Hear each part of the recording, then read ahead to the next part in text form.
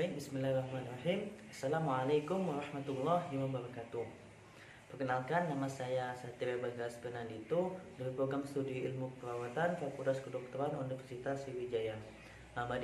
Teman-teman, untuk video kali ini saya akan menjelaskan tentang berbagai macam penyakit kulit dan juga cara pencegahannya dan cara mengatasinya. Berbicara tentang penyakit kulit, pasti teman-teman di rumah beranggapan bahwa penyakit kulit tersebut terjadi karena kebersihan yang kurang terjaga kan.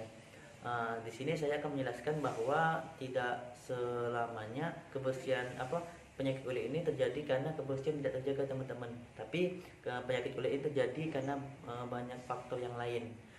Contohnya misalnya karena peradangan, karena kelainan autoimun, dan juga karena paparan sinar UV yang berlebih. Nah, jadi untuk teman-teman semua, jangan kita langsung menjudge bahwa orang yang terkena penyakit kulit dia itu kebersihan tidak terjaga, tidak seperti itu teman-teman. Jadi seperti apa macam-macam penyakit kulit dan bagaimana cara mencegahnya, silakan saksikan video berikut ini. Selamat menyaksikan.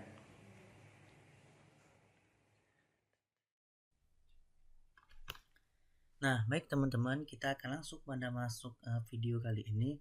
Tentu sebelum kita membahas tentang macam-macam penyakit kulit, bagaimana cara pencegahannya, bagaimana cara pengobatannya, kita akan menjelaskan dulu tentang definisi kulit itu sendiri. Jadi, kulit merupakan organ tubuh pada manusia yang sangat penting karena terletak pada bagian luar tubuh yang berfungsi untuk menerima rangsangan seperti sentuhan, rasa sakit, dan pengaruh lainnya dari luar. Nah, kulit yang tidak terjaga kesehatannya ini dapat menimbulkan berbagai macam penyakit kulit nih, sehingga perlu untuk kita menjaga kesehatan kulit sejak dini agar terhindar dari penyakit.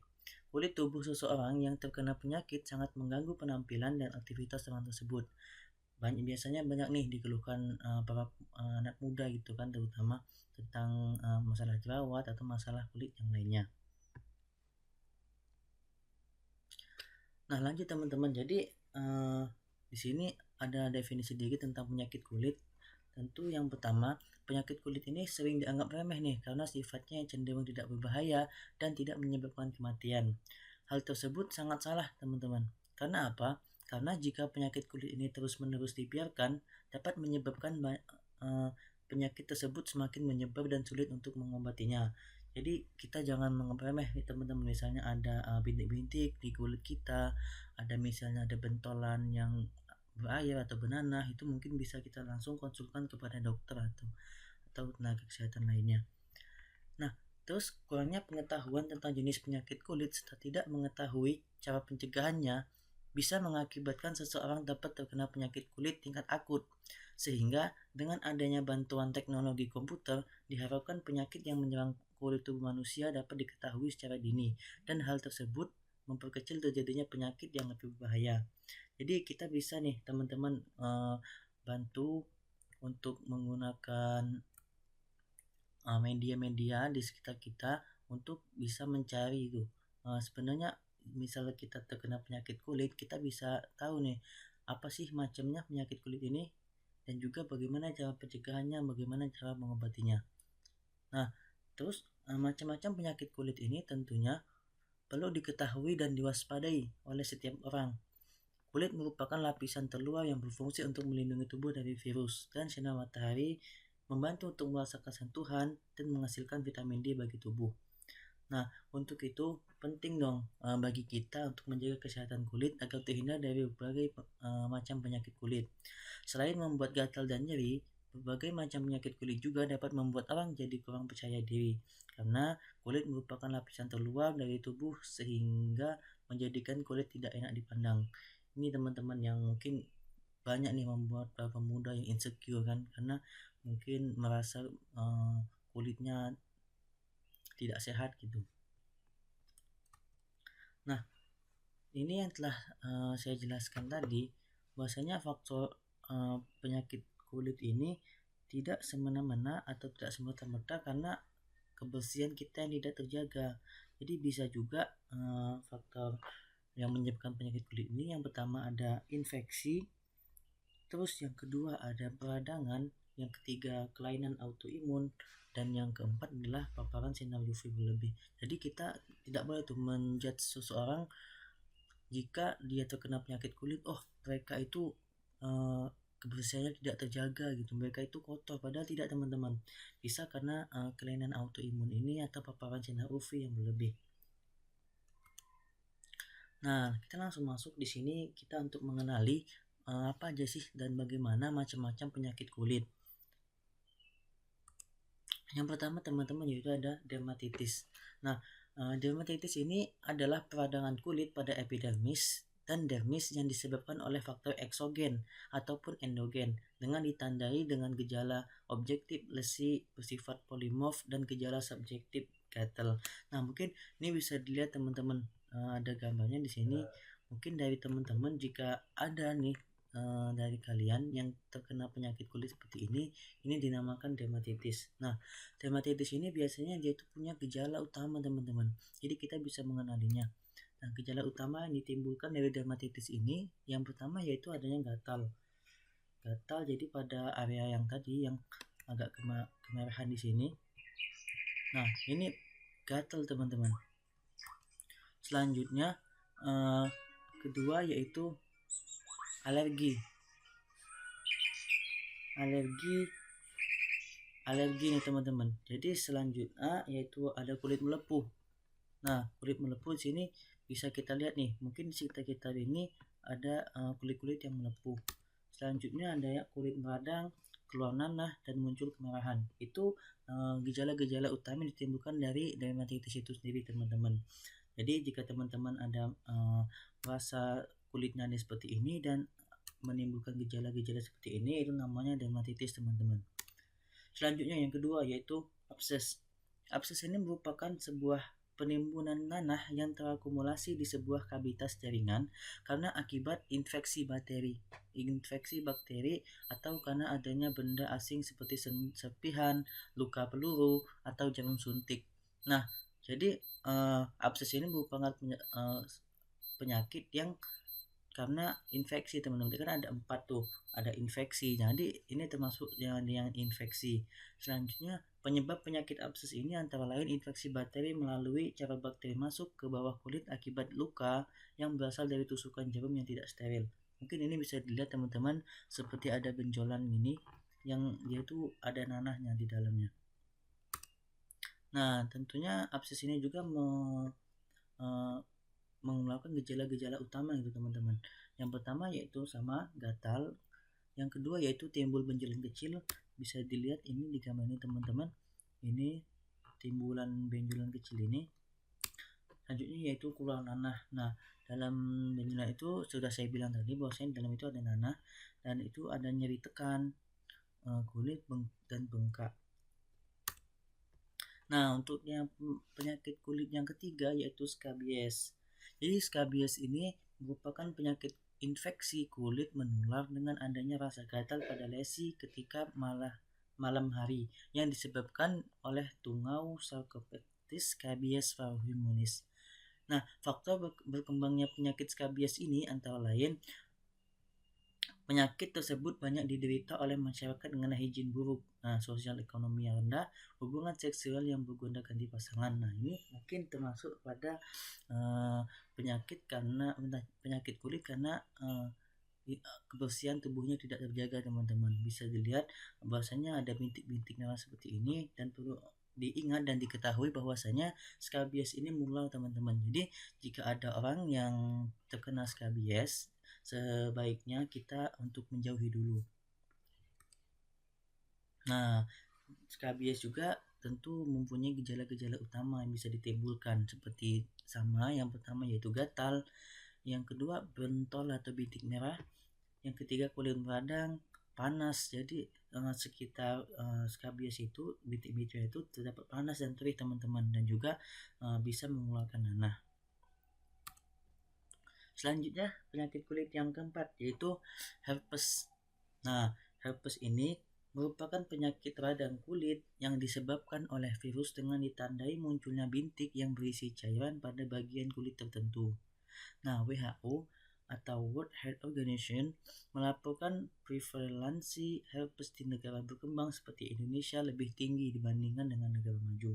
Nah, bisa dilihat teman-teman bahwa dia tuh bentol-bentol seperti ini yang seperti ada air di dalamnya. Nah, tentu herpes ini juga menimbulkan gejala-gejala utama. Bisa kita lihat gejala utamanya sama, yaitu gatal. Yang kedua yaitu demam. Jadi orang yang terkena herpes ini bisa mengalami demam, teman-teman.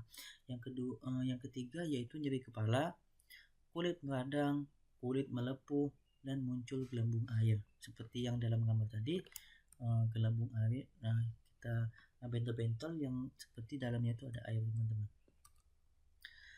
Baik, selanjutnya macam-macam penyakit kulit. Yang kelima yaitu urtikaria.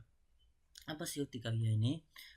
Urtikaria ini merupakan penyakit yang ditandai dengan adanya edem kulit superficial setempat dengan ukuran yang bervariasi, dikelilingi oleh halo eritem, disertai rasa gatal atau panas, dan terkadang perut terasa mulas serta demam. Nah, pada bagian bentol tampak kepucatan yang biasanya kelainan ini bersifat sementara. Di sini bisa dapat gatal dan dapat terjadi dimanapun di seluruh permukaan kulit. Ruam urtikaria ini cepat timbul dan hilang perlahan-lahan sekitar dalam waktu 1-24 jam. Nah, ini teman-teman bisa bereaksi, dia tuh langsung pada semakin kita garuk maka semakin timbul tuh bentol-bentol ini, teman-teman. Sini sudah ada gambarnya, bisa teman-teman lihat. Nah, gejala utama yang ditimbulkan yaitu yang pertama ada gatal tentunya, jadi itu tadi. Yang kedua yaitu demam, yang ketiga ruam merah, yang keempat alergi, yang kelima bengkak, dan yang keenam bisa panas, teman-teman. Kita merasakan panas itu pada bentol-bentol tadi. Selanjutnya yaitu pyoderma. Nah, pyoderma ini merupakan penyakit kulit karena infeksi bakterial kulit. Penyebab utama pyoderma adalah bakteri Staphylococcus aureus, merupakan Staphylococcus sp. Nah, pyoderma ini merupakan infeksi bakteri pada kulit yang sering dijumpai. Penyakit ini dapat menyerang laki-laki maupun perempuan pada semua kalangan usia. Terjadinya pyoderma ini dipengaruhi oleh gizi, kondisi imunologis, integritas kulit, serta faktor lingkungan seperti panas, lembab, dan kurangnya sanitasi dan hygiene. Nah, untuk pyoderma ini bisa kita lihat bahwasanya ini terlihat sekali bahwasanya ini ada gelembung-gelembung air yang terutama ini nanah, teman-teman, isinya. Jadi wajib berhati-hati tentunya untuk lebih menjaga kesehatan bagi teman-teman semua. Nah, ini tadi gejala utama yang ditimbulkan pyoderma yaitu benjolan merah, bernanah, kulit meradang, dan itu bisa menyebabkan demam. Itu tadi, teman-teman, bisa dilihat tadi gambarnya di sini. Nah, itu tadi berbagai macam-macam penyakit kulit yang sering kita jumpai pada kehidupan sehari-hari kita. Jadi kita dianjurkan untuk lebih tentunya menjaga hygiene kita, menjaga kebersihan diri kita. Nah, selanjutnya yaitu saya akan menjelaskan tentang cara mengatasi dan mencegah penyakit kulit ini. Yang pertama, saya akan menjelaskan tentang bagaimana kita cara mengatasi. Jadi cara mengatasi yang pertama kita melakukan pengobatan, teman-teman. Nah, di sini ada berbagai macam obat yang bisa digunakan untuk mengatasi penyakit kulit itu sendiri. Nah, yang pertama ini ada namanya corticosteroid. Nah, jadi jika teman-teman sudah terkena penyakit kulit itu kan bisa pergi ke dokter dan mungkin bisa membeli obat corticosteroid ini. Nah, obat ini digunakan untuk mengurangi respon daya tahan tubuh yang terlalu aktif. Corticosteroid salep atau tablet minum biasanya digunakan untuk mengobati penyakit kulit akibat peradangan seperti dermatitis dan gangguan autoimun. Nah, dermatitis seperti macam-macam penyakit kulit yang pertama tadi bisa diobati karena bisa diobati dengan corticosteroid ini. Dan biasanya penyakit yang diobati oleh corticosteroid ini dia akibat peradangan, teman-teman. Nah, selanjutnya obat apa lagi yang bisa digunakan? Nah, yang kedua yaitu antihistamin. Antihistamin ini merupakan obat yang digunakan untuk meredakan reaksi alergi dan gatal-gatal pada kulit. Nah, obat ini bisa kita beli sendiri di apotek atau melalui resep dokter. Selanjutnya yaitu ada namanya antibiotik. Nah, antibiotik ini teman-teman diberikan untuk mengatasi penyakit kulit akibat infeksi. Nah, kalau antibiotik ini karena infeksi, jadi untuk yang kortikosteroid ini adalah untuk mengobati penyakit kulit akibat peradangan. Jadi teman-teman bisa membedakan tuh bagaimana penyakit kulit yang diakibatkan karena infeksi dan penyakit kulit yang diakibatkan karena kelainan autoimun atau penyakit kulit yang disebabkan karena infeksi. Nah, untuk yang ini antibiotik ini adalah obat yang diberikan untuk mengatasi penyakit kulit akibat infeksi. Konsumsi antibiotik ini tentu harus menggunakan resep dokter teman-teman. Jadi bisa tuh nanti teman-teman jika ada penyakit kulit bisa meminta antibiotik, kita harus perlukan resep dokter. Nah, selanjutnya obat yang bisa digunakan yang keempat yaitu antivirus teman-teman. Obat antivirus. Nah, obat antivirus ini bertujuan untuk mengurangi gejala dan membasmi virus penyebab penyakit kulit ini. Tentu tadi kan sudah setiap penyakit kulit itu bisa menimbulkan gejala-gejala utama teman-teman, seperti gatal misalnya atau demam. Nah, dengan obat antivirus ini bisa untuk mengurangi gejala-gejala yang ditimbulkan tadi dan bisa membasmi virus penyebab penyakit kulit. Nah, selanjutnya yaitu ada obat anti jamur. Nah, obat anti jamur ini untuk mengatasi kulit akibat jamur gitu teman-teman. Jadi bisa juga penyakit kulit ini diakibatkan oleh jamur gitu. Nah, mungkin itu teman-teman untuk pengobatannya. Jadi cara yang kedua yang kita lakukan adalah bagaimana cara kita pencegahan kita sebelum kita terkena penyakit kulit. Jadi untuk pengobatan tadi itu direkomendasikan jika kita sudah terkena penyakit kulit teman-teman. Itu bisa diobati dengan obat-obat tersebut yang sudah saya sampaikan. Selanjutnya untuk pencegahan.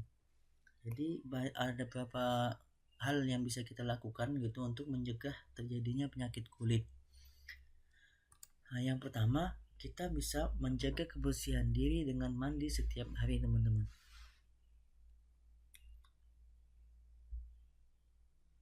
Nah, tentu saat mandi ini disarankan menggunakan sabun dan juga yang berbahan lembut gitu teman-teman. Jadi dengan kita mandi tiap hari menggunakan sabun gitu kan, bisa kita mandi 2 kali sehari atau 3 kali sehari, itu bisa tuh mencegah adanya infeksi atau bakteri-bakteri yang masuk pada kulit kita gitu.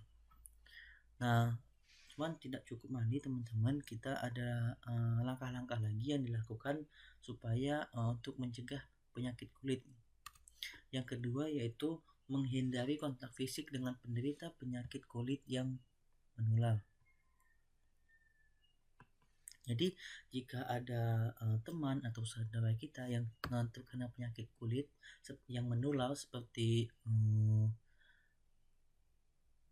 yang telah saya sampaikan tadi, seperti misalnya contohnya skabies tadi, itu kan penyakit yang menular. Jadi sebaiknya kita menghindari dulu kontak fisik dengan penderita rabies tadi supaya tidak tertular kepada kita.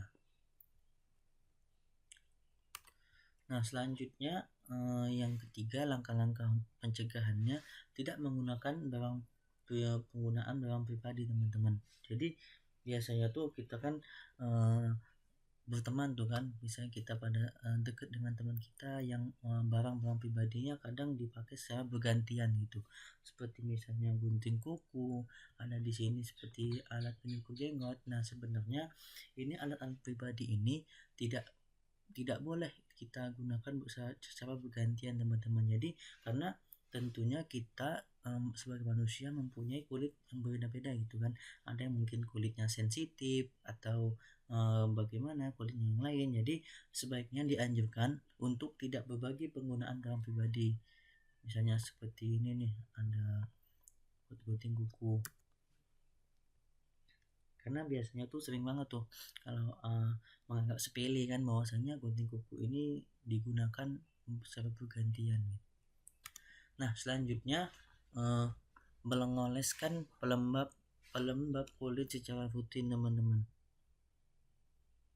Nah, ini fungsinya apa? Dia itu punya fungsi yang bisa membuat agar kulit itu tidak kering, gatal atau iritasi, teman-teman. Jadi ini bisa kita gunakan, yaitu mengoleskan pelembab kulit secara rutin. Selanjutnya yaitu menghindari kebiasaan menggaruk kulit. Nah, ini seperti kita misalnya kan ada gatal-gatal gitu langsung kita garuk. Nah, itu sebenarnya tidak dianjurkan, teman-teman. Dan kadang dari kita tuh seperti ada bentol-bentol langsung kita pecahin gitu kan, atau lepuhan yang muncul pada kulit. Nah, mungkin itu teman-teman penjelasan dari aku tentang definisi kulit, definisi penyakit kulit, apa aja macam-macam penyakit kulit, dan juga tadi sudah saya jelaskan tentang bagaimana cara pengobatannya dan bagaimana cara pencegahannya. Jadi untuk ke depan teman-teman bisa tuh melakukan pencegahan-pencegahan tadi agar tidak terkena yang namanya penyakit kulit. Karena sudah saya jelaskan bahwasanya kulit ini ada bagian terluar, teman-teman, yang bisa yang dilihat orang lain gitu kan. Jadi jika kita terkena penyakit kulit ini, kita bisa membuat kita tidak pede, teman-teman, dan juga sering disebut dengan insecure. Jadi diharapkan teman-teman bisa menjaga hygiene atau menjaga kebersihan diri teman-teman sendiri. Mungkin itu yang dapat saya sampaikan dulu dalam video kali ini. Terima kasih telah menonton video ini. Semoga video ini bisa bermanfaat untuk teman-teman semua, dan mungkin teman-teman bisa mengenali penyakit-penyakit kulit yang bisa teman-teman terkena penyakit kulit. Mungkin hanya itu yang dapat saya sampaikan. Kurang lebihnya saya maaf. Saya izin pamit. Wassalamualaikum warahmatullahi wabarakatuh.